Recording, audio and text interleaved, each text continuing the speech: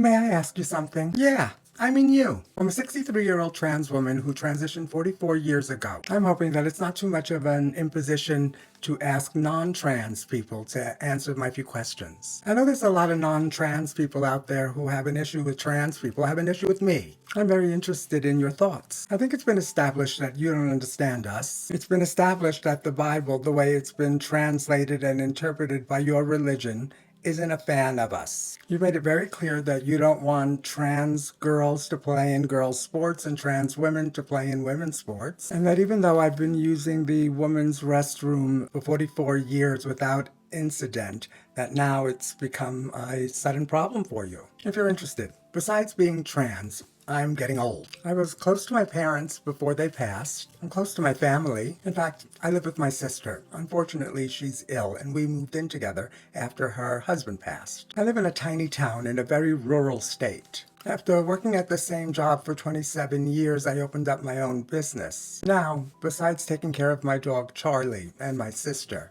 I shovel snow, shop, clean, cook, and make videos, obviously. I transitioned so long ago that my pre-transition life is less than a third of my entire life. I can barely remember life before. So my question is, and I mean this very seriously, I'm not playing around, I'd really like a serious answer. Why do you despise me so much? Did I or another trans person ever do anything to you or your family? Did any of us ever do anything to your coworkers or your friends? Have you ever had any real-life experiences with a trans person? Or is everything that you know about us told to you by somebody else? Does the person who told you about us know a trans person in real life? Or is everything you believe about trans people just a game of telephone that's gone really, really wrong? I'm sure you're aware of the recent executive order regarding trans people. I think I'm pretty clear about how you feel about me and my community. Now, with the executive order, I just want to know, how far do you want this to go? How far do you want them to take it? Should I be put in prison for simply existing? Extermination camps? If I'm to lose all the rights promised to me and all citizens by the Constitution, should I get all the tax money that was taken out of my paycheck since I was 14 years old